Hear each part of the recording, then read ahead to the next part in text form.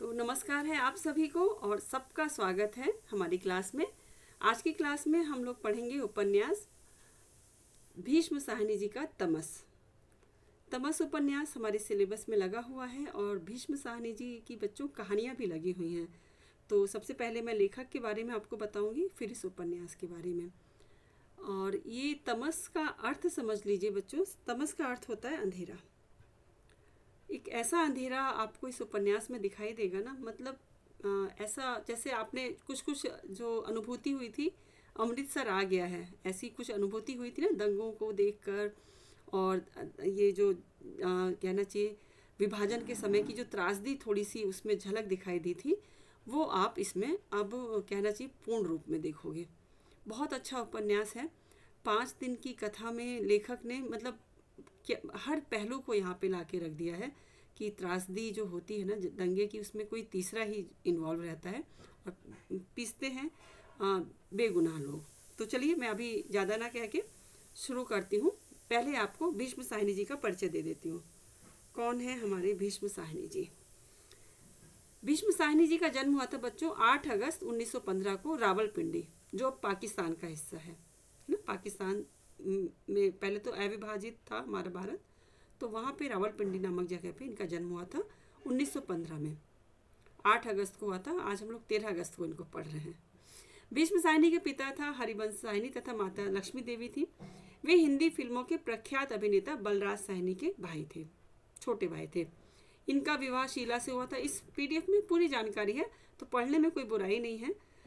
भले आप लोग मतलब परीक्षा उपयोगी दृष्टि से ही पढ़ना चाहते हो तो भी जिनके बारे में मतलब कि जिनका उपन्यास है या जिनकी कृति लगी हुई है उनको पढ़ना हमें चाहिए, समझना चाहिए बच्चों कि ये लेखक की अपनी ज़िंदगी कैसी थी और उसका प्रभाव उनकी साहित्य में भी दिखाई देता है। ठीक है, चलिए। तो इनका जन्म इनका शीला नाम की महिला से इनका विवाह हुआ था और ये 1937 में इन्होंने लाहौर गवर्नमेंट कॉलेज से इंग्लिश साहित्य में इन्होंने एमए किया था। इंग्लिश से बहुत से कवि लेखक हमारे हिंदी साहित्य में जिन्होंने इंग्लिश से किया हुआ है मास्टर्स। और विभाजन के बाद ये भारत आकर समाचार पत्रों से जुड़ गए थे और बंटवारों और सन 1958 में बच्चों इन्होंने पीएचडी पंजाब यूनिवर्सिटी से इन्होंने पीएचडी की उपाधि प्राप्त की। जब भारत और पाकिस्तान का बंटवारा हुआ उससे पहले वे व्यापार के साथ अवैतनिक शिक्षक के रूप में भी कार्य करते थे, बिना वेतन के शिक्षा देते थे। और इसके बाद भारत आकर यहाँ पे समाचार पत्रों से जुड़ गए। साहनी जी भारतीय जन नाट्य संघ मतलब इप्टा से भी जुड़े थे तथा कुछ समय तक अम्बाला और अमृतसर में भी अध्यापक रहे और बाद में दिल्ली यूनिवर्सिटी में भी इन्होंने प्रोफेसरशिप की, प्रोफेसर रहे दिल्ली यूनिवर्सिटी में भी। सन 57 से 63 तक मास्को में विदेशी भाषा प्रकाशन गृह फॉरेन लैंग्वेज पब्लिकेशन हाउस में अनुवादक के रूप में भी रहे। बहुत बड़ी बड़ी उपलब्धियां हैं इनकी। इसके अलावा देखते हैं हम कि 1965 से 1967 तक नई कहानियां नामक पत्रिका के संपादक रहे। नोट कर लीजिएगा, ये महत्वपूर्ण पॉइंट है। नई कहानी जो पत्रिका थी उसके संपादक के रूप में इन्होंने काम किया 65 से 67 तक। भीष्म साहनी प्रगतिशील लेखक संघ और ये एफ्रो एशियाई लेखक संघ के भी सदस्य रहे। इतनी सारी संस्थाओं से जुड़े हुए थे। सन 1993 से 97 तक साहित्य अकादमी समिति के भी सदस्य रहे। देख लीजिए, 93 से 97 तक साहित्य अकादमी जो समिति है उसके भी ये सदस्य रहे। इनकी मृत्यु हुई थी बच्चों 11 जुलाई 2003 को। 11 जुलाई 2003 को 2003 में एक और साहित्यकार की मृत्यु हुई थी। किनकी? हरिवंश राय बच्चन जी की।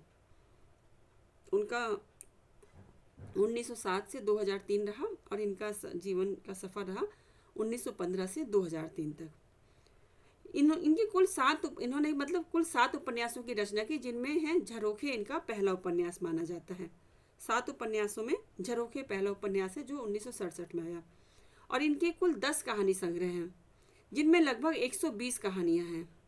10 में से 10 कहानी संग्रह में टोटल मिला के 120 कहानियाँ हैं। और इनका पहला कहानी संग्रह था भाग्य रेखा, जो 1953 ईस्वी में आया।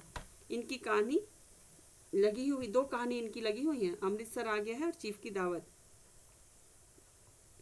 ठीक है, अब आगे देखते हैं, इनकी रचनाएं देख लेते हैं। भाग्य रेखा 1953 में। पहला पाठ 1957 में। भटकती राख 66 में। पटरियाँ बहुत प्रसिद्ध है इनकी ये कहानी संग्रह पटरियाँ 1973 में।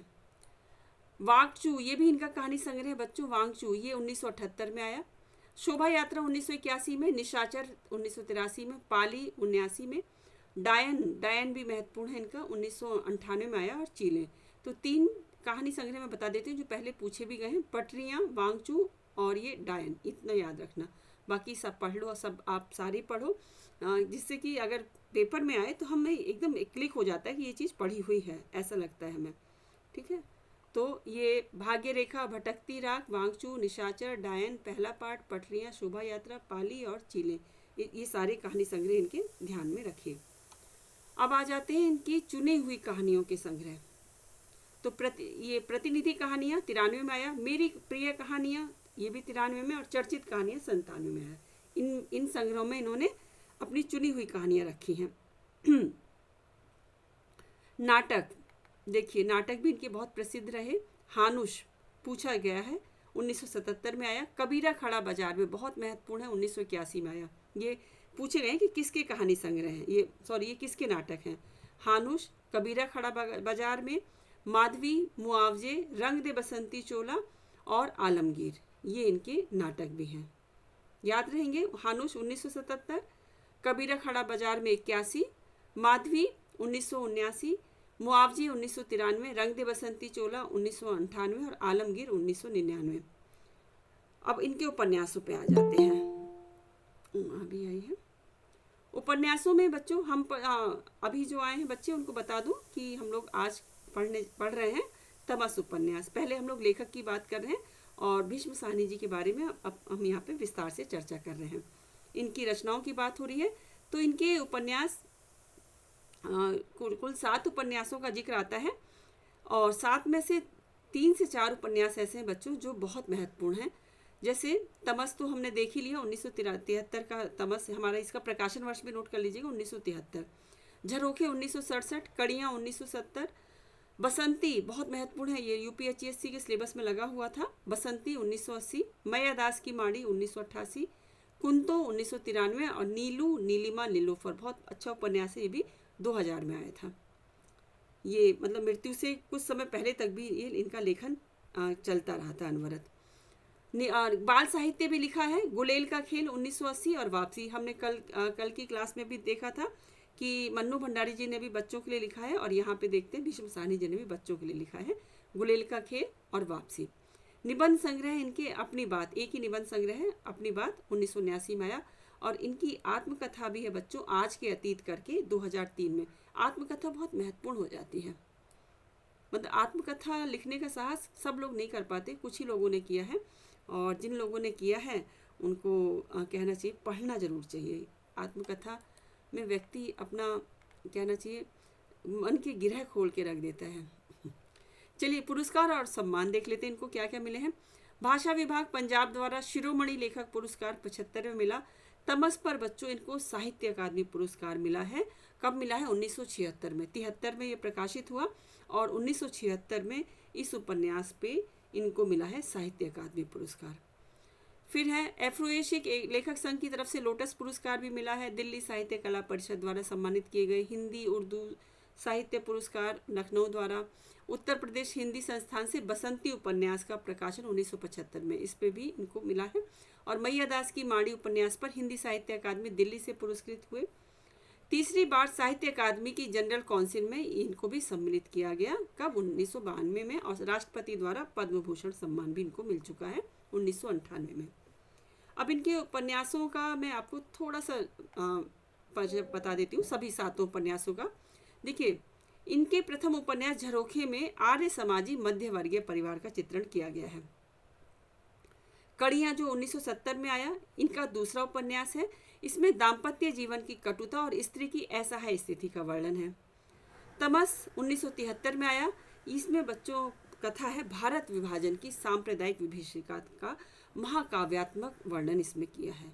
बहुत मर्मस्पर्शी है, मैंने पढ़ा है, आप भी इसको ज़रूर पढ़िएगा। आपको क्लास के बाद PDF मिल जाएगी। और जो बच्चे ऑनलाइन देख रहे हैं यूट्यूब पे, वो बच्चे मुझे उसी वीडियो में मैसेज कर देंगे, तो मैं उनको भी वो PDF प्रोवाइड करा दूंगी, और या फिर टेलीग्राम का लिंक डिस्क्रिप्शन में दिया गया है, आप उसमें ज्वाइन हो जाइए। इसमें भी सभी बुक्स के PDF अवेलेबल हैं। चलिए आगे बढ़ते हैं। बसंती उपन्यास जिसकी चर्चा मैंने की थी, ये 1980 में आया, और इसमें दिल्ली महानगर की झुग्गी झोंपड़ी वाली गंदी बस्तियों का बहुत एकदम ऐसा अंकन किया गया है कि आपके सामने वो साकार हो उठते हैं कि क्या वहाँ के लोगों की दिनचर्या थी, कैसे रहते थे, किस तरह का रहन सहन था, और बसंती कौन थी, इसके बारे में आपको जानना होगा तो ज़रूर इस उपन्यास को पढ़िएगा। अगला उपन्यास है मैया दास की माड़ी, 1988 में आया। ये सन 1840 से 1920 तक पंजाब के राजनीतिक सामाजिक यथार्थ का चित्रण करता है।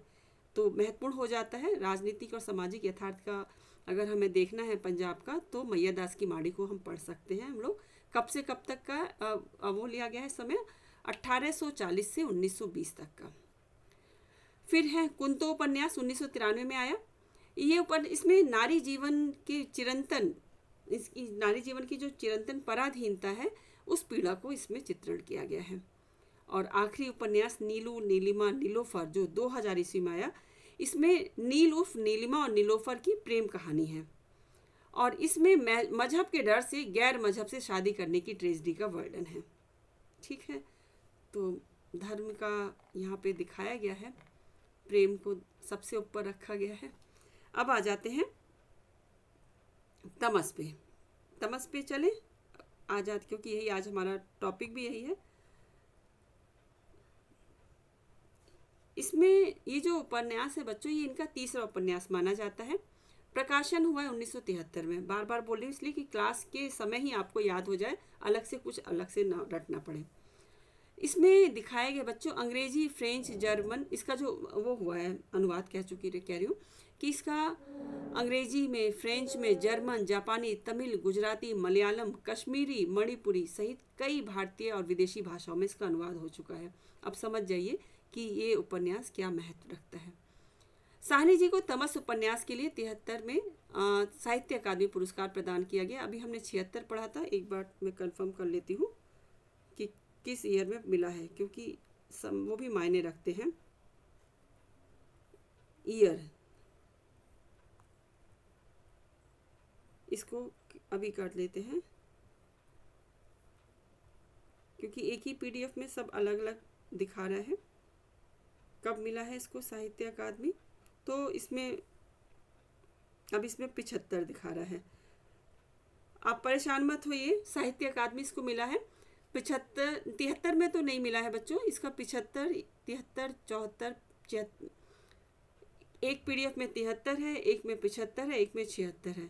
तो अब हमें साहित्य अकादमी पुरस्कारों की सूची देखनी है, तो मैं आपको एक अलग से क्लास लेके बताऊंगी कि एक्चुअली इसमें इसको मिला कौन सी ईयर। मिला तो है, लेकिन हर चीज़ में भटका रहे हैं बच्चों को, तो ये मैं आपको इसको पेंडिंग रखी इस क्वेश्चन को कि कौन से ईयर में इसको साहित्य अकादमी मिला है। चलिए आगे बढ़ते हैं। सन 87 में गोविंद लेहनानी बहुत बड़े निर्देशक हैं, इन्होंने तमस उपन्यास पर फिल्म भी बनाई है। तमस उपन्यास में चित्रित भारत विभाजन की त्रासदी से उत्पन्न दंगे और को स्वयं भीष्म साहनी ने रावलपिंडी में देखा था, और उसी का ये साकार रूप है तमस। दंगों का इतना ऐसा जीवंत वर्णन किया है कि सच में लगता है कि इन्होंने इनको मतलब इन दंगों को इन्होंने झेला था, है ना। जब हम कोई चीज़ झेलते हैं ना, अनुभव जो बोलता है ना, वो कुछ नहीं बोल सकता, ना कल्पना बोल सकती है और ना ही सोच, कुछ नहीं बोल सकता, जो अनुभव बोलता है। तो ये इसमें जो दंगों का इन्होंने यहाँ पे कहना चाहिए वर्णन किया है ना, वो दंगे देख कर लगता है कि इन्होंने वो चीज़ भोगे थे और वाकई में रावलपिंडी में उन्होंने उन दंगों को झेला था। तमस उपन्यास के पात्र हैं बच्चों, नत्थू चमार है, भीखू चमार है, सलोतरी साहब हैं, एक मुराद अली है, एक मेहता जी हैं, बख्शी जी हैं, जनरल हैं, कश्मीरी लाला हैं, शंकर मास्टर हैं, रामदास हैं, और अजीत हयात बख्श हैं, लाला लक्ष्मी नारायण हैं, लनकू हैं, हरनाम सिंह हैं, रणवीर हैं, धर्मदेव, शाहनवाज, रघुनाथ, करीम खान। इतने एक साथ बोलने से ऐसे समझ में नहीं आएंगे, अभी मैं जब कहानी बताऊंगी तब आपको और अच्छे से बताऊंगी। इसमें इस उपन्यास समय विस्तार की दृष्टि से स्वतंत्रता प्राप्ति से मात्र 5 दिन पहले की कहानी है, जब आज़ादी मिलने वाली थी 15 अगस्त को मिली है, तो समझ लो 10 अगस्त से शुरू है ये कहानी, 5 दिन पहले की कहानी है। और इस 5 दिनों की कथा में 20वीं और 21वीं सदी के हिंदुस्तान की अब तक की कथा हो जाती है। तमस उपन्यास की रचना आज़ादी के 3 दशक बाद हुई, 73 में आया है, तो समझ लीजिए 3 दशक बाद हुई। और इसमें जो शुरुआत में बच्चों ना एक सुअर को मारते हुए दिखाते हैं, यही इसका पहला दृश्य है। सुअर की चीख सुनाई देती है और वो चीख जो है ना झकझोर देती है कानों को भी और दिल को भी। शुरुआत का दृश्य यही है। तो शुरुआत में ही क्या दिखाते हैं कि नत्थू चमार जो है सुअर को मारने की कोशिश कर रहे हैं, और ये जो सुअर को मारने के लिए उसको कहता कौन है, ये है बच्चा मुराद अली, खलनायक ये, लेकिन ये मेन नहीं है, मेन कोई और है। मुराद अली उसका मोहरा मात्र है। तो ये मुराद अली नत्थू को सुअर मारने के लिए कहता है और उसको पैसे भी देता है। मुराद अली का कहना था कि हमारे सलोत्री साहब को डॉक्टरी काम के लिए मरा हुआ सुअर चाहिए। ये उसने झूठ बोल के नत्थू को सुअर मारने के लिए पैसे दिए।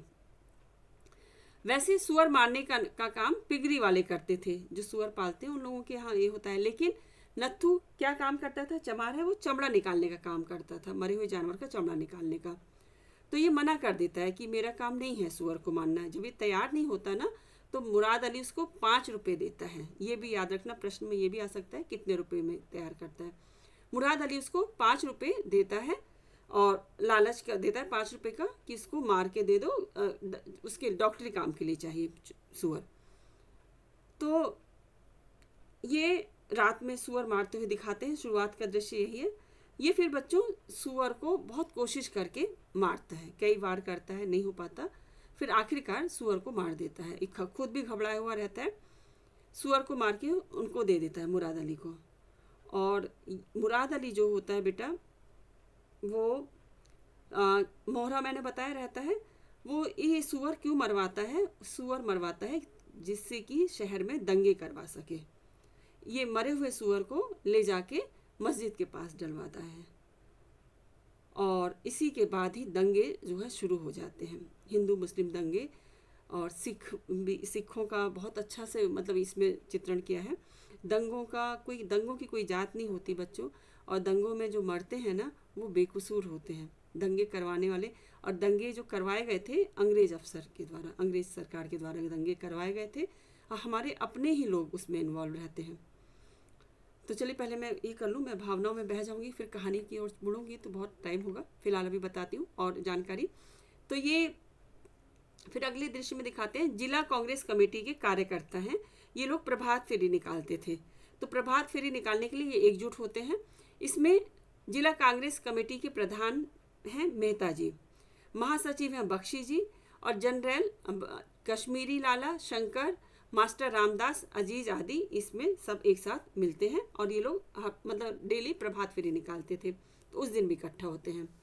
तो मेहता जी और बख्शी जी कमेटी कार्यालय में सही समय पर नहीं पहुंचते, और समय पर केवल अजीज पहुंचता है। ये लोग को थोड़ा लेट हो जाता है, अजीज पहुंचता है। कांग्रेस कमेटी का सदस्य है जनरल, मुंहफट इंसान है वो, मतलब कुछ भी बोलता है, उसके आगे पीछे कोई नहीं है। हफ्ते में 2-3 बार पीट जाना, आंदोलन के बिना भी जेल जाना, जलसे के बिना भी तकरीरें करना, कश्मीरी लाल को फटकारना, और इसके लिए आम बातें, मतलब इस तरह का नेचर उसका दिखाया गया है जो जनरल है। देशभक्ति गीत के साथ वंदे मातरम, भारत माता की जय नारों से कांग्रेस कार्यकर्ता आगे बढ़ते हैं, मतलब प्रभात फेरी निकालते हैं। दूसरी ओर से सुनाई देता है पाकिस्तान जिंदाबाद का नारा इन लोगों को।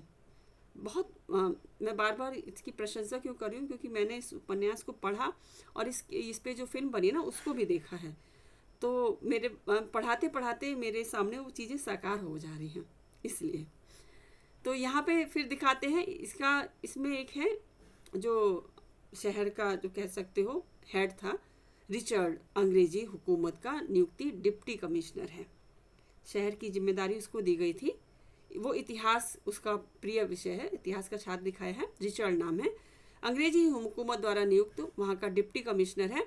और इसकी पत्नी है बच्चों लीजा, उसके साथ वहाँ उसकी नियुक्ति होती है, उस शहर में वहाँ रहता है। ये लीजा जो है इसका कैरेक्टर अच्छा दिखाया है, ये तो विलेन की तरह है, मतलब दिखाई नहीं देता, लेकिन मेन विलेन यही है। लीजा को भारत पसंद नहीं पड़ता, इसलिए वह बराबर इंग्लैंड जाया करती थी। अंग्रेज महिला है तो उसको यहाँ पसंद नहीं आता, बार बार इंग्लैंड जाया करती थी। मस्जिद में जो सूअर फेंकने वाला मुराद अली रहता है, जो मुसलमान है। मुराद अली जो सूअर को फिकवाने का काम करता है ना, वो मुस्लिम है। मस्जिद में इसलिए फिकवाता है क्योंकि मुस्लिमों को सूअर से चिढ़ होती है, तो उनको लगा कि हिंदुओं ने सूअर को फेंक के हमें चढ़ाने के लिए, हमें यहाँ पे उकसाने के लिए डाला है। तो वो लोग भी नहीं बैठते, फिर वो लोग गाय को मार के मंदिर के पास डालते हैं और इस तरह से दंगे पूरा भड़क जाते हैं।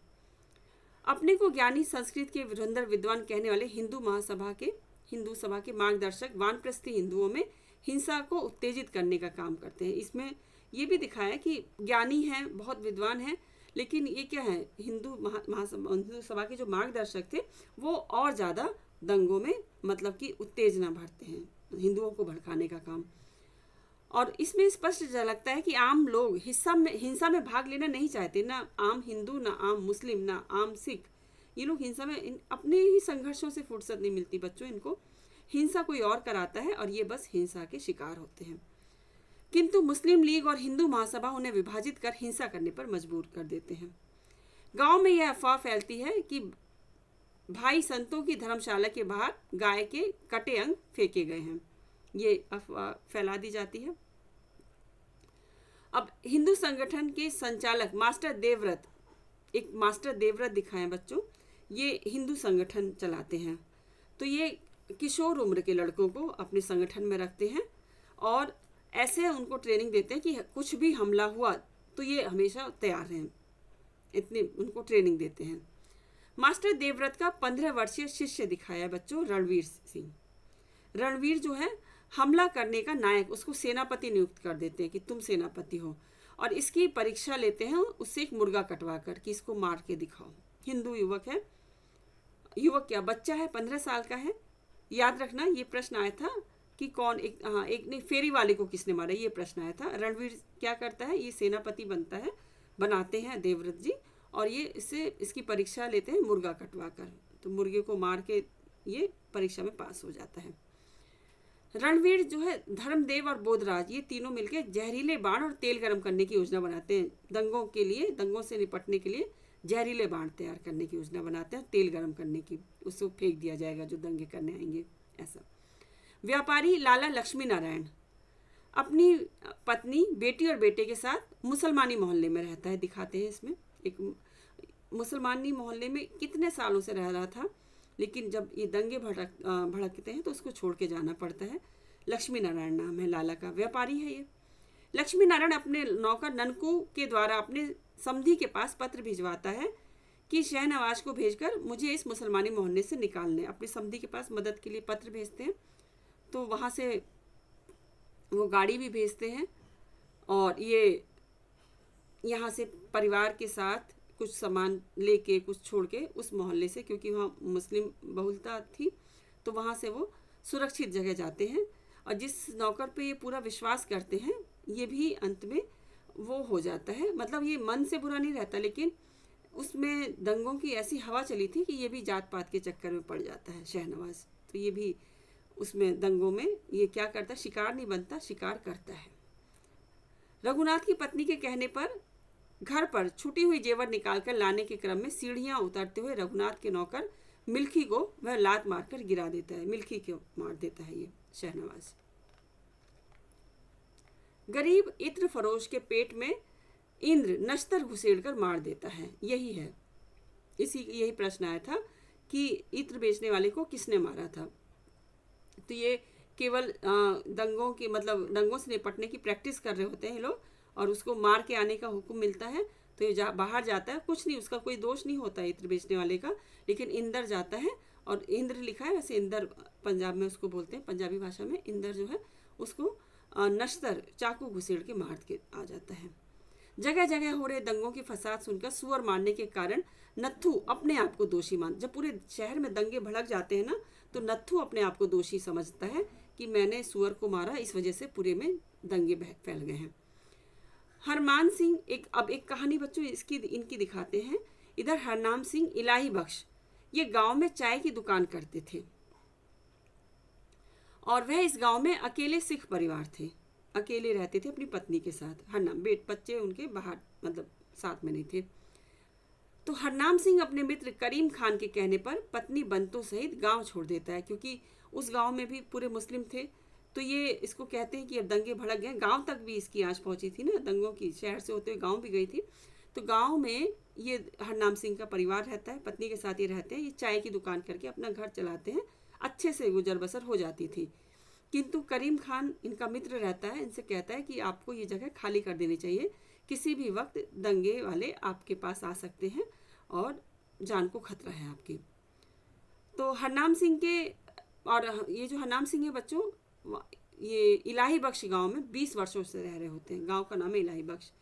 20 वर्षों से जो जमी जमाई गृहस्थी दुकान सब कुछ छोड़ के इनको जान बचा के पत्नी के साथ ही निकल जाते हैं। और उनके घर से निकलते ही जो बलवा करने वाले थे उनकी दुकान को लूट कर जला देते हैं उनकी आंखों के सामने। वो छुप के देखते रह जाते हैं और अगर वो थोड़ी देर और ठहरे होते घर में तो इनकी भी जान जा सकती थी। उनकी आंखों के सामने उनकी दुकान घर पूरा जल जाता है। हरनाम सिंह की बेटी है बच्चों जसवीर और बेटा है इकबाल सिंह। ये लोग किसी दूसरे गांव किसी दूसरी जगह रहते दिखाए गए हैं। हरनाम सिंह और उनकी पत्नी बंतो जिस घर में शरण लेते हैं, अब ये लोग क्या है छुपते हुए जाते हैं, अपना घर दुकान तो जल गई, अब ये छुपते छुपते जाते हैं और जिस गांव में पहुंचते हैं वहाँ पे शरण मांगते हैं छुपने के लिए। तो वो घर किसका रहता है? वो एक मुसलमान का रहता है। तो वहाँ की जो मालकिन रहती है राजो, ये बहुत अच्छी महिला दिखाई है राजो, ये उन लोगों को शरण देती है। देखो जात पात कहीं कुछ नहीं बच्चों, बार बार मैं इस चीज़ कह रही हूँ। हिंदू होके मुस्लिम बस्ती में मुस्लिम गांव में 20 वर्षों से रह रहे थे, कहीं कुछ नहीं था। लेकिन वही है फूट डालो और राज करो, जो अंग्रेज़ों की नीति थी ना, वो उन्होंने जाते जाते इतना बड़ा दंगा भारत पाकिस्तान विभाजन करवा दिया, हिंदू मुस्लिम में दंगा करवा दिया। और यहाँ पे देख रहे हो कि हिंदू हैं ये हरनाम सिंह, सिख हैं और उनकी पत्नी बंतो, ये लोग जाके शरण लेते हैं कहाँ पे? राजो के यहाँ। राजो उसको शरण देती है उन लोगों को। हरनाम सिंह को शरण देना राजो की बहू अकरा, एक इसकी बहू दिखाई है अकरा, वो लालची होती है, उसको बिल्कुल अच्छा नहीं लगता कि उसकी सास ने इनको जगह दी है। तो हरनाम सिंह के ट्रंक को लूटकर एहसान अली, राजो का पति है एहसान अली, तो ये लोग एहसान अली अपने साथियों के साथ हरनाम सिंह के घर को लूट के उसकी दुकान को जला के घर को जला के उसके यहाँ का ट्रंक लेके अपने घर आता है। दूसरे गांव का है तो वो अपने घर आता है राजो के पास और वो ट्रंक भी लेकर आता है। अकरा को ट्रंक का ताला तोड़ते देखकर हरनाम सिंह और इसकी पत्नी ऊपर वाले रूम में छिपे रहते हैं और दिखाते हैं कि वो ट्रंक जो है ताला बंद है, इन्हीं लोगों का ट्रंक है ना, वो ट्रंक मतलब संदूक, और उसको ताला तोड़ने की कोशिश कर रही है अकरा। लूट का सामान आया है, देखें क्या क्या है करके। तो जब ऊपर से लोग देखते हैं तो अपने संदूक को पहचान जाते हैं। तो वो लोग क्या करते हैं, अपने पास उनकी सूटकेस की मतलब संदूक की चाबी उनके पास रहती है, वो उसको चाबी देने आ जाते हैं। तो जब वो चाबी देने आते हैं तो एहसान अली का बेटा है रमजान, याद सबके नाम याद रखना। रमजान जो है हरनाम सिंह को मारने आता है लेकिन मार नहीं पाता है, राजो आ जाती है। तो फिर राजो, क्योंकि राजो अकेली है जिसका दिल ऐसा है कि दया है, सहानुभूति है, बाकी ना उसके बेटे को रमजान को पसंद, ना उसकी अकरा जो उसकी बहू है उसको पसंद, और पति को भी नहीं पसंद, पति का तो मेन दंगाइयों में शामिल है। तो वो इन लोगों की जान को खतरा देखकर आधी रात को अपने घर से उनको विदा कर देती है कि आप लोग यहाँ से चले जाओ, यहाँ रहोगे तो ये लोग मार डालेंगे।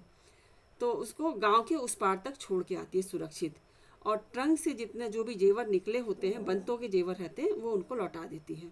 बहुत अच्छा चरित्र इसमें इसका दिखाया है राजू का। अब हरनाम सिंह का लड़का है इकबाल सिंह, जो मैंने बताया एक बेटा एक बेटी है। तो इकबाल सिंह, याद रखना इनके बच्चों के नाम भी, ठीक है, बेटी जसवीर और बेटा इकबाल सिंह। तो इनका लड़का जो इकबाल सिंह है रमजान नूरदीन और उसके साथियों के द्वारा पकड़ा जाता है। दूसरी जगह रहते थे ये लोग, तो उसके द्वारा यहाँ पे उसको दंगों में इसको पकड़ लेते हैं, रमजान नूरदीन और उसके साथी, और इसको ज़बरदस्ती मुसलमान बना दिया जाता है इकबाल को। अब वह इकबाल सिंह से इकबाल अहमद बन जाता है। धर्म परिवर्तन करा दिया जाता है इसका। मुसलमानी दंगाइयों को गुरुद्वारा में, ये लोग बेचारे गुरुद्वारे में शरण लेते हैं, तो गुरुद्वारा में बढ़ता देख अपनी पवित्रता की रक्षा के लिए, जब गुरुद्वारे में मुसलमान जो है मुसलमान नहीं कहूँगी मैं, दंगाई, क्योंकि दंगाइयों का कोई धर्म नहीं होता, दंगा करने वाले जब गुरुद्वारे को भी घेरने की योजना बना लेते हैं और उस तरफ बढ़ते हैं, तो सिख स्त्रियां क्या होती हैं बच्चों, इसमें दिखाई है, उसकी बेटी भी है जसबीर, और उसके साथ बहुत सारी महिलाएं अपने बच्चों के सहित वहाँ पास के एक कुएं में कूदकर जान दे देती हैं अपनी इज्जत की रक्षा के लिए, दंगाइयों से अपनी आबरू की रक्षा के लिए। आपको याद आ रहा होगा जैसा पद्मावत में जौहर दिखाया है, उसी तरह का जौहर कुछ यहाँ पे ये लोग करती हैं। ये लोग जौहर में कुएं में कूद के अपनी जान दे देती हैं, जिसमें जसबीर भी है और सिख बहुत सारी स्त्रियां हैं अपनी आबरू की रक्षा के लिए। अब दंगों के पश्चात हिंदू मोहल्लों के मुस्लिम घर और मुस्लिम मोहल्लों के हिंदू घर धड़ल्ले से बिकने लगते हैं, ज़मीन सस्ती हो जाती है। मतलब अब सबको अपनी जान का डर रहता है ना, हिंदू मोहल्ले में जो मुस्लिम बच्चे खुचे रहते थे उनको अपनी जान का डर है, और मुस्लिम मोहल्ले में जो हिंदू परिवार बच्चे हैं उनको अपनी जान का डर है, तो बहुत सस्ते दामों पे वो घर बिकने लगते हैं। और उस समय दलालों और दोनों समुदाय के धनी व्यक्तियों की निर्लज्जता, स्वार्थ और हद दर्जे की संवेदनहीनता के दर्शन यहाँ पे होते हैं। अब इसकी जो मैंने बताई थी, उसकी पत्नी है अंग्रेज अफसर की, रिचर्ड की, लीजा, ये एक दिखाते हैं बीमार पड़ जाती है। रिचर्ड उसे लार्क पक्षी दिखाना चाहता है, परंतु लाशों के इस ढेर पर वह लार्क पक्षी देखना नहीं चाहती, उसको दुख पहुंचता है। ये सब दंगे देख के लीजा को भी दुख पहुंचता है। अब लीजा की बातों से चिढ़कर रिचर्ड कहता है कि यहाँ दुखी, इन लोगों के मरने पे क्यों दुखी हो रही है, ये हमारा देश नहीं है। अब इधर दिखाते बच्चों, सिख प्रकाशों के साथ जबरन अल्लाह रखा शादी कर लेता है। एक प्रकाशों दिखाइए, उसके साथ एक मुस्लिम लड़का अल्लाह रखा वो शादी कर लेता है जबरन, धर्म परिवर्तन वही। कांग्रेस के बख्शी जी और मुस्लिम लीग के हयात बख्श आपस में मतभेद भूलकर अमन कायम करने में लग जाते हैं। अब ये जो बड़े उस पे बैठे हुए हैं वो लोग, अब ये लोग अमन चैन चाहते थे, मुस्लिम लीग और हिंदू सभा के जितने दोनों मुखिया जो थे, लेकिन कुछ सबके विचार एक जैसे नहीं होते, कुछ लोग भड़काने में ले गए थे। अब जब दंगे भड़क गए, इतना सब कुछ मार काट हो गई, तब ये लोग क्या कहते हैं, आपस में अपना मतभेद बुलाकर अब अमन कायम करने में लग जाते हैं। अब इसमें दिखाते हैं बच्चों एक दृश्य में कि मुराद अली, जो दंगे भड़काने का मेन कारण जो था, मुराद अली लाउड स्पीकर पर हिंदू मुस्लिम एकता का नारा लगाता है गाड़ी में घूमते हुए। और याद करना कि इसी के द्वारा मस्जिद में मरे हुए सुअर को फिकवाने से ही दंगा हुआ था। ये एक जो दोगला चेहरा जो होता है ना, ऐसे इंसानों का दिखाते हैं। अब दंगा बंद होने के बाद, 5 दिन का ही दंगे कहानी दिखाई है ना, अब दंगे बंद होने के बाद सत्तासीन अंग्रेज अधिकारियों ने 3 दिन तक दंगों की रोकथाम की दिशा में कोई कदम नहीं उठाया। कहते रह गई, मुस्लिम लीग और हिंदू लीग के दोनों मुखिया गए, रिक्वेस्ट की उनसे कि कर्फ्यू लगवा दिया जाए, दंगे रुक सकते हैं, लेकिन इन लोगों ने कोई कदम नहीं। ये लोग चाहते थे कि भारत के लोग आपस में लड़ मर जाएं, तो इन लोगों ने कोई कदम नहीं उठाया। 3 दिन तक शांत बैठे रहे, अपना देश नहीं है करके। हिंदू मुस्लिम एकता अंग्रेज सत्ता के लिए खतरा थी और इसलिए ये दोनों समुदाय को आपस में लड़ाते रहते थे। ये कड़वा सच था। दंगा समाप्ति के बाद जब दंगे सब मर आ गए बेटा, कुछ नहीं बचा, उसके बाद रिचर्ड की तरक्की हो, इसको प्रमोशन मिल जाता है और उसका ट्रांसफ़र हो जाता है, मतलब कामयाब रहा ये अपने उसमें। इस उपन्यास में दंगों के कई मानवीय दृश्य भी देखने को मिलते हैं। ये जो दंगे दिखाए हैं कौन कौन से, जैसे नत्थू चमार का शहर में दंगे फूटने के अपराध बोध से मर जाना, मतलब भर जाता है वो, और हरनाम सिंह को देखकर एहसान अली का लज्जित हो जाना। जब हरनाम सिंह को देखता है ना, तो एहसान अली जो उसके घर में लूटपाट करता है वो लज्जित हो जाता है, और अंत तक राजों द्वारा हरनाम सिंह और बंतों की मदद करना, ये सब मानवीय पहलू भी इसमें दिखाई देते हैं।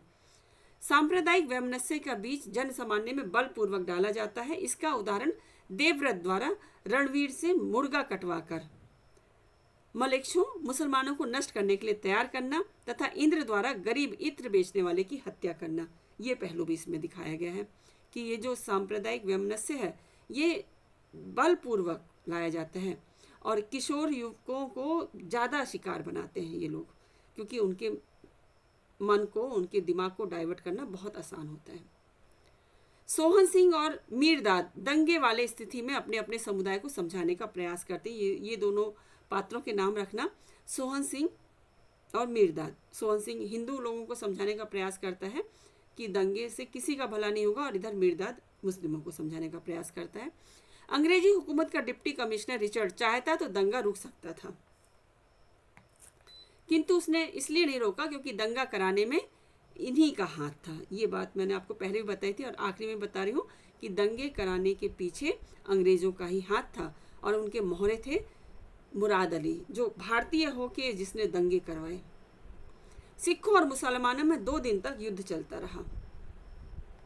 सिखों और मुसलमानों में, सिख बहुल क्षेत्र है पंजाब, तो वहाँ पे सिख और मुस्लिमों में 2 दिन तक दंगे चलते रहे। अंग्रेज अनेक जो बुद्धिजीवी लोग इस सत्य को पहचान गए थे कि सांप्रदायिक दंगों के पीछे ना तो हिंदू थे न मुसलमान, बल्कि यह अंग्रेज शासकों की शरारत थी। अंग्रेज शासक हिंदू और मुसलमान की एकता में दरार डालकर दोनों को परस्पर लड़वाना चाहते थे, जिसमें वे सफल हो गए। इस उपन्यास में लेखक ने दर्शाया है कि दंगों में उन लोगों का कुछ भी नहीं बिगड़ता जो धनाढ़ हैं, पैसे वालों का कुछ नहीं जाता बच्चों।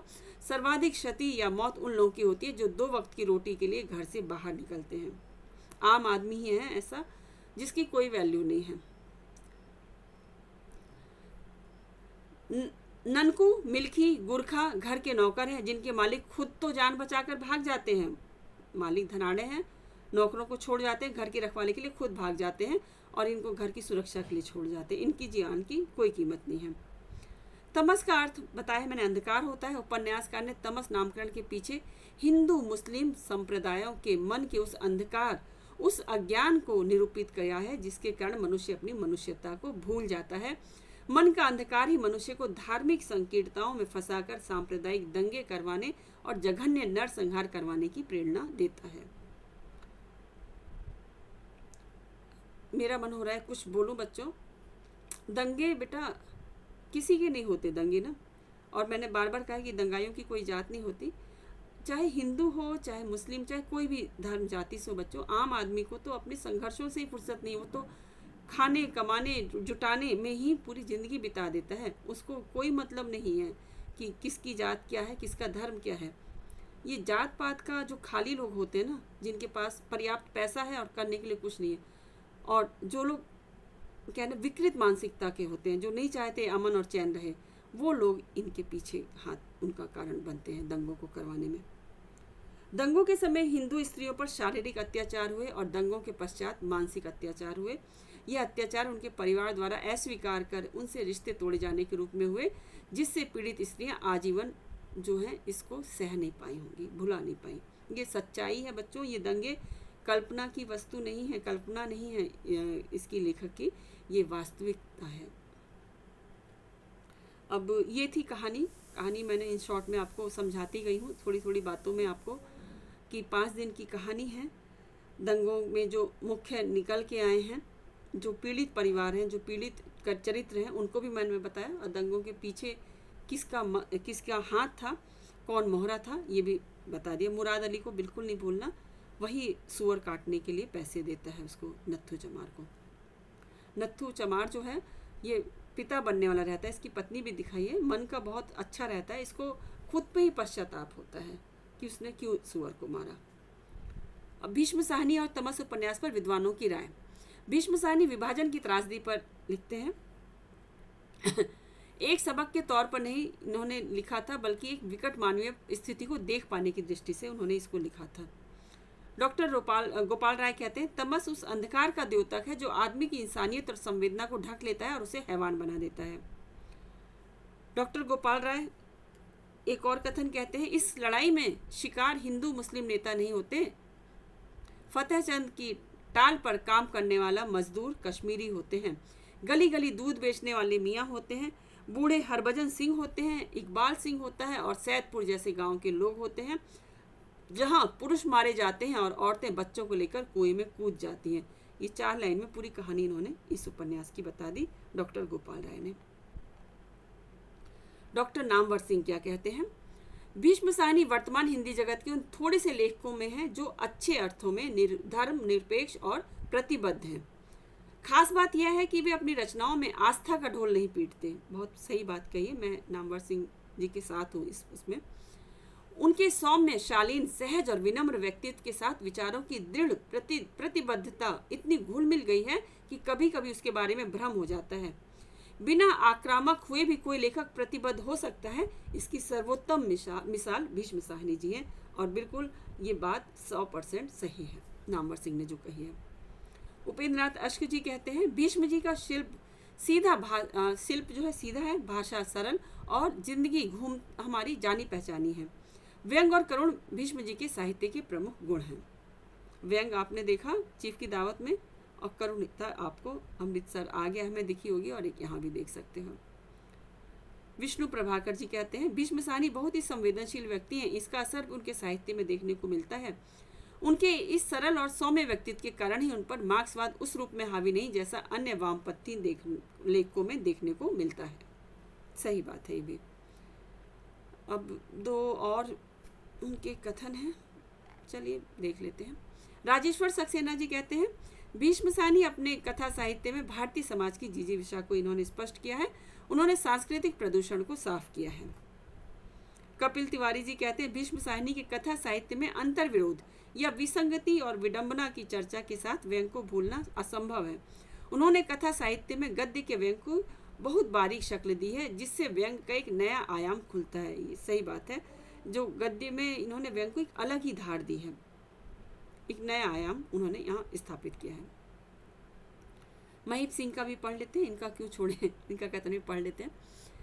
घृणा, विद्वेष, सांप्रदायिक उन्माद और इन सब से उत्पन्न विचार और व्यवहार जन्य क्रूरता इस देश में कितनी ही शताब्दियों पहले पनपी और समय समय पर अपना रूप बदल बदल कर नंगा नाच नचाती रही।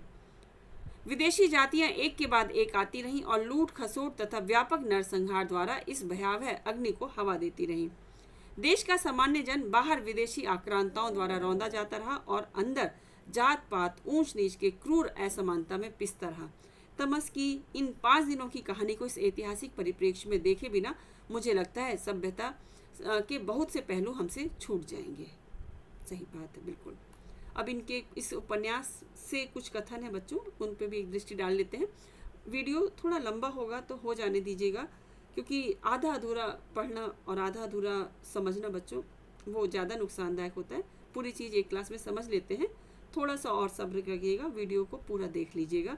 और मैं तो बार बार ये भी कहती हूँ, अगर आपके पास देखने का टाइम नहीं है तो प्लीज़ वीडियो को ऑन करके सुनते रहिएगा, तो भी आपको ज्ञान मिल जाएगा, आपको जानकारी मिल जाएगी। चलिए, तो इसके प्रमुख कथनों में से एक है, अजीज और हकीम हिंदुओं के कुत्ते हैं,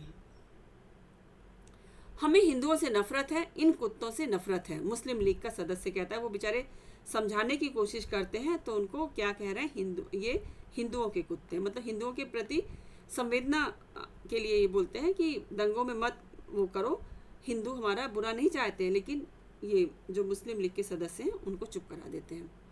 इधर इलाका मुसलमानी है, मुराद अली कहता है। मौलाना आज़ाद हिंदुओं का सबसे बड़ा कुत्ता है, गांधी के पीछे दुम हिलाता फिरता है। ये भगवान, देखिए नेताओं के बारे में भी इसमें बात की गई है। मुस्लिम लीग के सदस्य कह रहे हैं, हिंदुस्तान की आज़ादी हिंदुओं के लिए होगी, आज़ाद पाकिस्तान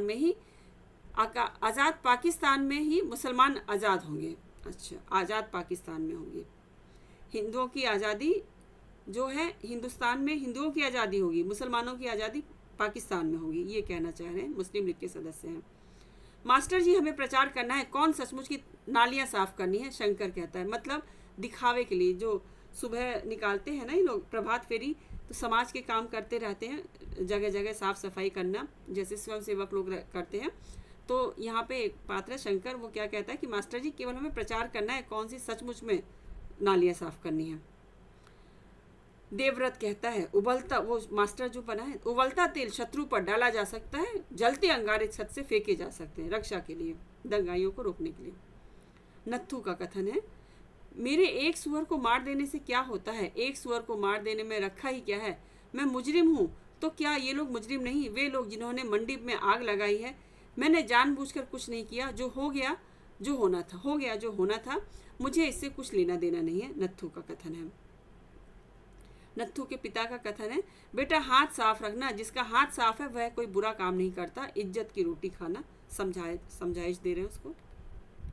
बख्शी जी का कथन है, यह कांग्रेस कमेटी का लैंप नहीं है। बहुत महत्वपूर्ण कथन है बच्चों। ये बख्शी जी सबसे बुजुर्ग इंसान दिखाए गए, समझदार भी हैं। वो भी रखने की बहुत कोशिश करते हैं, लेकिन दंगे रुक नहीं पाते क्योंकि अंग्रेज नहीं चाहते थे।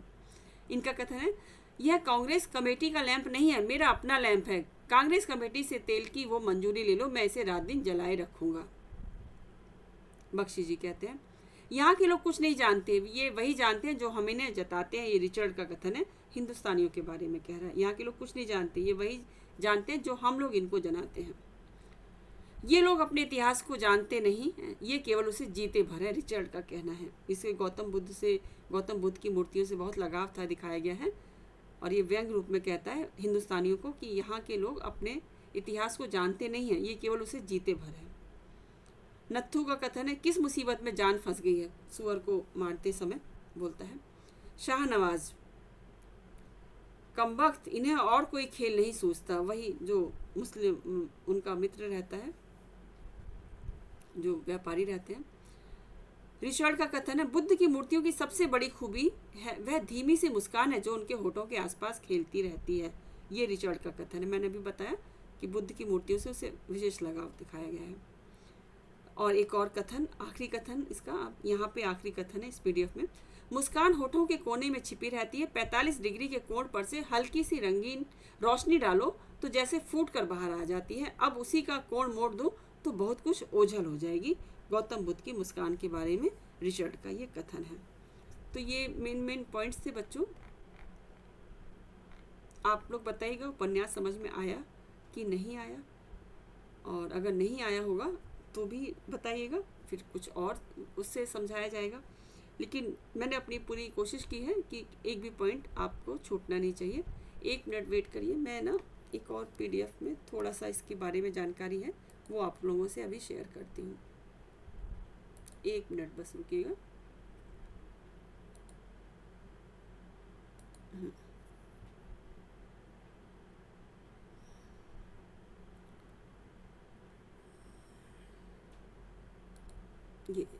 ये मैंने ओपन करके रखा हुआ है।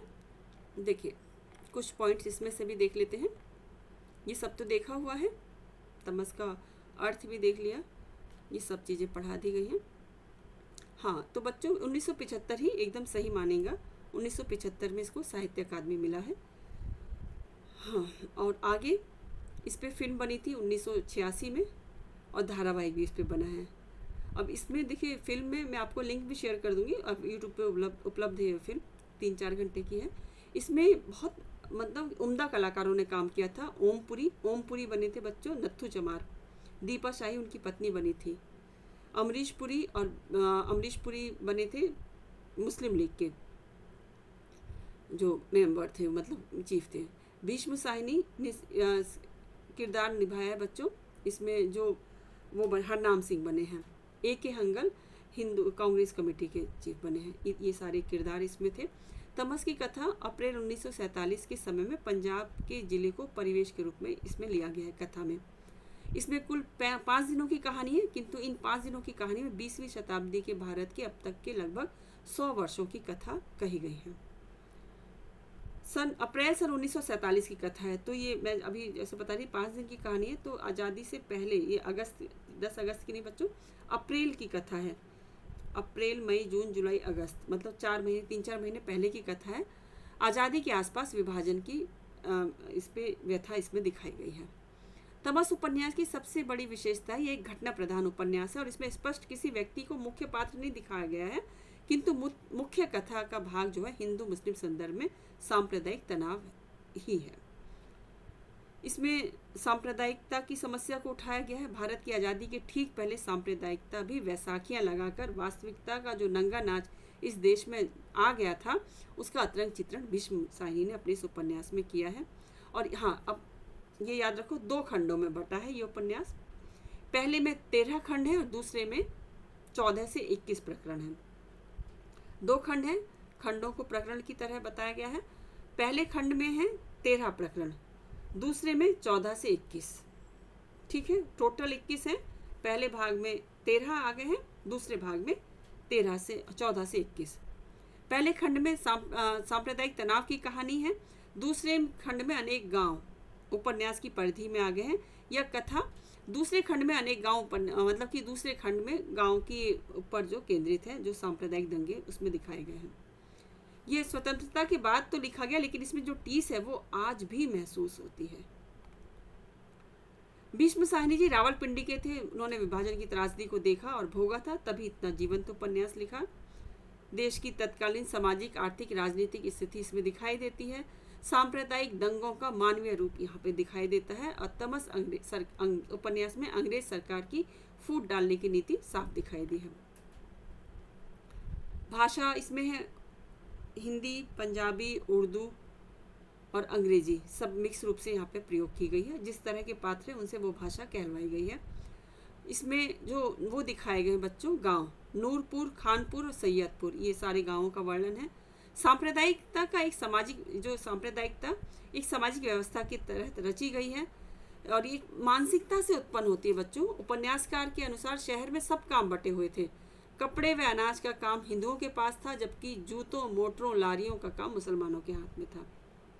अब ये कुछ पात्रों का फिर से एक बार बता देती हूँ लास्ट में, बस अब खत्म करने वाली हूँ वीडियो को। नत्थू जो है चमार दिखाए, निम्न वर्गीय चमार है। मुराद अली अंग्रेजों का दलाल है, सुअर षड्यंत्र का रचयिता है। बख्शी जी जिला कांग्रेस कमेटी के सेक्रेटरी हैं। मास्टर रामदास कांग्रेस कमेटी के कार्यकर्ता हैं। जनरल सिंह कांग्रेस का ईमानदार कार्यकर्ता है। जनरल सिंह का जो कैरेक्टर है वो भी बहुत यादगार है। करीम खान हरनाम सिंह का शुभ चिंतक है।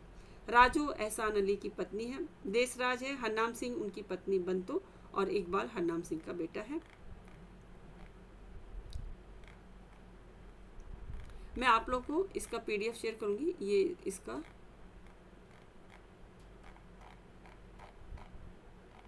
इसकी भूमिका है बच्चों। ये मेन जो पॉइंट है वो मैं एक बार इसकी भूमिका से भी बता देती हूँ। हिंदी के प्रसिद्ध कथाकार श्री भीष्म साहनी जन्म 1915 की जीवन रेखाएं संक्षिप्त में उन्हीं के शब्दों में इस प्रकार उभरती हैं। बचपन इनका रावलपिंडी में बीता। रावलपिंडी छोटा सा शहर था। इस शहर के बारे में जानकारी दी है, आपको मैं पूरा शेयर करूंगी। हाईलाइट जो है वो बस भाग आपको बता रही हूँ। उपन्यास के क्षेत्र में उन्होंने पहला प्रयोग झरोखे, अब मैं जो चीज़ें बता चुकी वही इसमें भी है, झरोखे लिखकर किया 1967 में। इसमें मध्य वर्गीय परिवार में घटित छोटी छोटी घटनाओं को एक बालक के स्मृति चित्रों के रूप में संजोया है। बालक के सामने प्रत्येक घटना एक रहस्य के रूप में आती है और उसके कुतूहल की परिधि को बढ़ाकर धीरे से खिसक जाती है। घटनाएं पीछे खिसक जाती हैं किंतु बालक के मन पर अपनी गहरी छाप छोड़ जाती हैं। झरोखे की कहानी है ये। तमस में आते हैं। तमस 1973 देश विभाजन के पूर्व की हमारी सामाजिक मानसिकता और उसकी अनिवार्य परिणति के रूप में होने वाले भीषण सांप्रदायिक दंगों की निर्मम करुण कथा को अंकित करने वाला उपन्यास है। देश में शासक के रूप में अपने सभी प्रकार के स्वार्थों की पूर्ति करने वाले अंग्रेजों ने यह बहुत पहले ही समझ लिया था कि हिंदुओं और मुसलमानों को आपस में लड़ाकर ही वे इस देश पर शासन कर सकते हैं। उन्होंने अपनी कुटिल राजनीति का प्रयोग हिंदू और मुस्लिम संप्रदायवाद को पोषित करने में किया। ब्रिटिश कूटनीति की पहली सफलता संप्रदायवादी मुसलमानों और हिंदुओं को राष्ट्रीय कांग्रेस से अलग स्वतंत्र राजनीतिक दलों के रूप में प्रतिष्ठित करने में लक्षित होती है। उस समय के इतिहास को जानना होगा तो भी इसको पढ़ने से आपको बहुत कुछ जानकारी मिलेगी। सामाजिक संकीर्णता से उत्पन्न घृणा, द्वेष, हिंसा, क्रूरता और बर्बरता का घना अंधकार अब भी जब चाहता है हमारे राष्ट्रीय गौरव के सूर्य को ढक लेता है। बहुत महत्वपूर्ण कथन है बच्चों, ये भीष्म साहनी जी का कथन है। सच में कभी भी आज अब टीवी खोलो ऐसी ही खबरें आती हैं। श्री साहनी ने तमस में 1947 के मार्च अप्रैल में भीषण सांप्रदायिक दंगों के 5 दिनों की कहानी को इस रूप में प्रस्तुत किया है, इसमें कहानी के रूप में, जिससे कि हम उसकी पूरी राजनीतिक सामाजिक पृष्ठभूमि से अच्छी तरह अवगत हो जाएं। ऊपरी दृष्टि से एक विशेष कालखंड में राज्य विशेष में घटित सांप्रदायिक दंगे की कहानी है, किंतु वस्तुतः यह हमारे राष्ट्रीय कल्पवृक्ष की जड़ में अंतर्निहित उस संकीर्ण सांप्रदायिकता के विष की कहानी जो आज भी हमारे लिए एक चुनौती बना हुआ है। यह मनुष्य के भीतर निहित उस पशुत्व के तांडव की कहानी जो सभ्य समाज के लिए एक कलंक है। तो इतना भी क्लियर हो गया आप लोगों को कि ये जो कहानी है मार्च अप्रैल में पंजाब में 1947 में जो दंगे हुए थे उसकी उन दंगों की 5 दिन की कहानी यहाँ पे दिखाई देती है।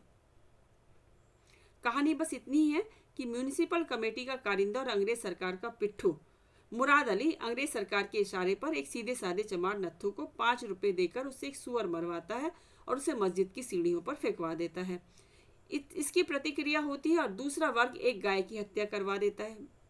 इन दोनों घटनाओं की खबर ज्यों ज्यों शहर में फैलती है त्यों त्यों शहर के लोगों में विद्वेष की आग भड़कने लगती है और देखते देखते सारे शहर में तनाव फैल जाता है। नागरिकों का एक शिष्टमंडल कलेक्टर रिचर्ड से मिलता है और बिना किसी ठोस आश्वासन के लिए लौट आता है। वही रिचर्ड के पास जाते हैं। जिला कांग्रेस कमेटी के सेक्रेटरी भी बख्शी जी तथा कम्युनिस्ट नेता कॉमरेड देवव्रत का एकता का प्रयास विफल होता है। पूरे शहर में लूट, हत्या और आगजनी का तांडव होने लगता है और ये आगजनी गांवों और कस्बों में भी फैल जाती है। ढोक, इलाही बख्श, खानपुर, सैयदपुर ये गांव के नाम हैं। इन गांवों में भी लूटपाट और हत्याएं होती है। सैयदपुर के गुरुद्वारे में गांव के सारे सिख एकत्र होकर मोर्चाबंदी करते हैं। मुसलमानों का मोर्चा शेख गुलाम रसूल के ऊंचे 2 मंजिले मकान में कायम होता है। इस मोर्चेबंदी में के मूल में 200 वर्ष पूर्व की जहनियत काम कर रही थी। 200 वर्ष किसका? अंग्रेजों को आए 200 वर्ष होने आए थे। तुर्कों के जेहन में यह था कि वे अपने पुराने दुश्मन सिखों पर हमला बोल रहे हैं और सिखों के जेहन में भी वे 200 साल पहले के तुर्क थे जिनके साथ खालसा लोहा लिया करता था। देखो, सिखों और मुस्लिमों का आपसी तनाव भी अंग्रेजों से पहले के समय में देखने को मिलता है। तो इन लोगों के मन में अभी भी वही चीजें देखने को, मतलब अपने मन में सोच के ये लोग दंगे को हवा दे रहे थे। तुर्कों की कुमुक आते देख वे तलवारें खींचकर गुरुद्वारे के बाहर आ जाते हैं और सिख औरतें अपने बच्चों के साथ कुएं में गिरकर आत्महत्या कर लेती, कुएं में कूद जाती हैं। 2 दिनों के भयंकर के युद्ध के बाद जो है सिखों का मोर्चा जो है शिथिल पड़ने लगता है। सीमित संसाधन थे उनके पास। 5वें दिन अंग्रेज सरकार की ओर से शांति कायम करने के प्रयास शुरू होते हैं। नगर में कर्फ्यू लगा दिया जाता है। जगह जगह फौजी जवान तैनात किए जाते हैं और नगर के ऊपर के गांवों में हवाई जहाज से भी चक्कर लगाया जाता है। एक ही दिन में पूरा माहौल बदल जाता है। ऐसा लगता है जैसे किसी के इशारे पर एक भीषण तूफान आया हो और उसी के संकेत पर अपनी भयंकरता के चिन्ह छोड़कर गायब हो गया हो। शांति कायम करने के लिए अंग्रेज कलेक्टर रिचर्ड की प्रेरणा से 15 सदस्यों की अमन कमेटी कायम की जाती है और इसमें 7 मुसलमान, 5 हिंदू और 3 सिख हैं। याद रखना, 15 सदस्यों की कमेटी तैयार होती है। एक बस में सवार होकर ये जो अपने अमन कमेटी के सदस्य हिंदू मुस्लिम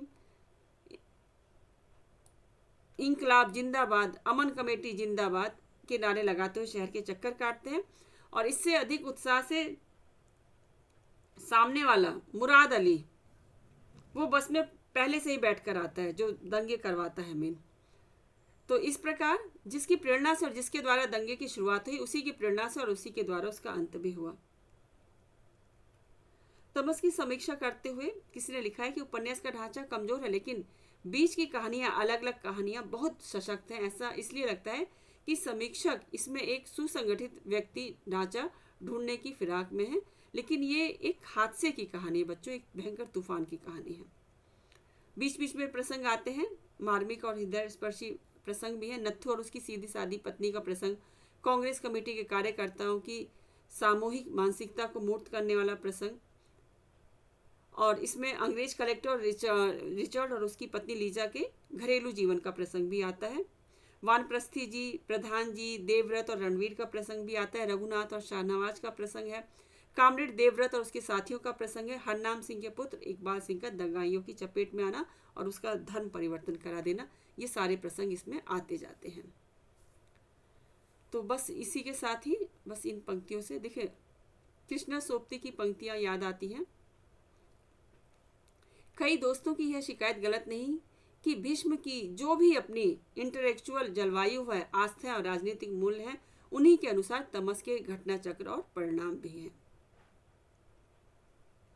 दोस्तों को शिकायत हो सकती है और शिकायत सही भी हो सकती है, किंतु मुझे 2 कारणों से शिकायत नहीं है। ये कहना चाहती हूँ कि एक तो यह है कि विभाजन की जिस विभीषा को लेकर उपन्यास लिखा गया उसके कारण परिणाम दोनों स्पष्ट हो चुके हैं, इतिहास की वस्तु बन गए हैं, वे लगभग सही हैं, इतिहास सम्मत हैं, वे किसी विशेष राजनीतिक दृष्टिकोण से तोड़ मरोड़ कर पेश यहाँ पे नहीं किए गए हैं। दूसरा निष्कर्ष ये भी निकालते हैं कि ये आरोपित नहीं है, ये घटनाएं की सहज परिणति के परिणाम हैं। ठीक है, तो जो भी दंगे हुए अब तो ये इतिहास बन गए, लेकिन दंगों के पीछे किसकी सोची समझी साजिश थी इसका भी पर्दाफाश हो चुका है। और यहाँ पे मैं अपनी तरफ से कहना चाहूँगी कि भीष्म साहनी जी उन दंगों की विभीषिका को प्रस्तुत करने में और उनकी संवेदना को व्यक्त करने में इस उपन्यास के माध्यम से पूरी तरह सफल हुए हैं। तो मुझे अब बच्चों बताइएगा, वीडियो बहुत लंबा हो चुका है, ये आपको शेयर कर दिया जाएगा, पीडीएफ भी, बहुत कुछ नहीं है, ये रामचंद्र तिवारी की बुक से लिया गया है, जो जो चीज़ें मैं आपको बता रही हूँ। तो ठीक है, इसी के साथ ही अब आज का वीडियो 1 घंटे से ऊपर का हो गया है, लेकिन उपन्यास विधा ही ऐसी बच्चों, थोड़ी सी समेटना संभव नहीं हो पाता। तो आप लोग इस वीडियो को भले 2 पार्ट में सुनना, लेकिन सुनना ज़रूर और मुझे अपनी राय ज़रूर बताइएगा। ठीक है, इसी के साथ ये वीडियो समाप्त करते हैं। अगली कक्षा में अगले कोई किसी और अन्य टॉपिक से फिर आपके पास प्रस्तुत होती हूँ। तब तक के लिए बाय बाय।